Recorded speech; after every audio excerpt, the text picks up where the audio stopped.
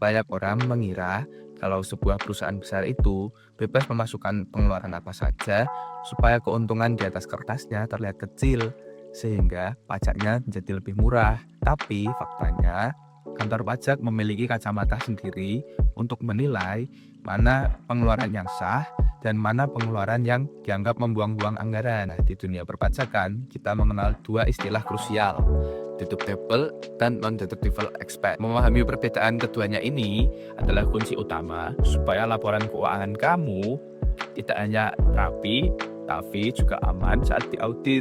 Yuk kita bedah. Ciri utama biaya yang boleh dikurangkan atau deductible expense adalah biaya yang memenuhi prinsip 3M. Apa saja sih prinsip 3M itu?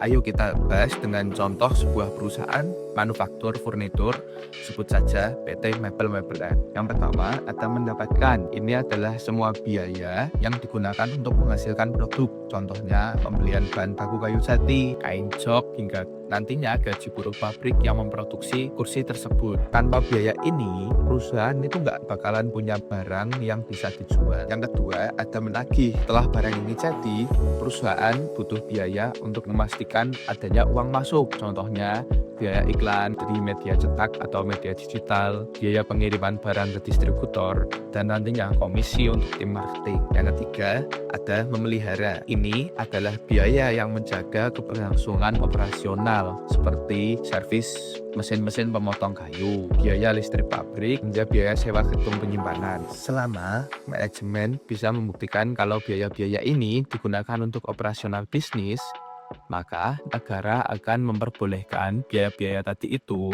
menjadi pengurang untuk pajak. Sebaliknya, ada biaya non-deductible yang seringkali menjadi temuan saat pemeriksaan pajak karena dianggap tidak berkaitan langsung dengan usaha. Contoh yang paling umum deh di level perusahaannya yaitu keperluan pribadi pemegang saham. Misal, perusahaan membayar biaya sekolah anak direktur atau tagihan listrik rumah pribadi komisaris menggunakan rekening perusahaan. Ini jelas-jelas ditolak oleh aturan pajak. Yang kedua, sanksi perpajakan. PT Mebel Mebelan telat lapor SPT tahunan, lalu kena denda administrasi. Nah, denda tersebut tidak boleh dianggap sebagai biaya pengurang pajak. Negara tidak mau menanggung kelalaian administrasi perusahaan. Yang ketiga, ada pemberian dalam bentuk kenikmatan atau biasa kita sebut dengan natura ya. Meskipun aturannya sudah mulai berkembang, namun pemberian yang sifatnya berlebihan atau tidak ada hubungannya sama sekali dengan pekerjaan seringkali harus dikoreksi secara fiskal. Jadi, kesimpulannya, tidak semua uang keluar adalah biaya di mata pajak.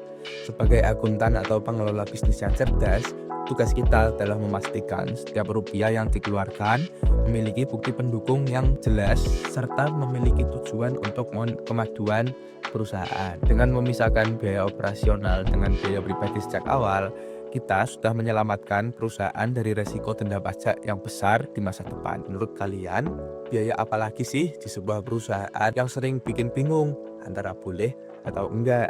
Tulis di kolom komentar ya.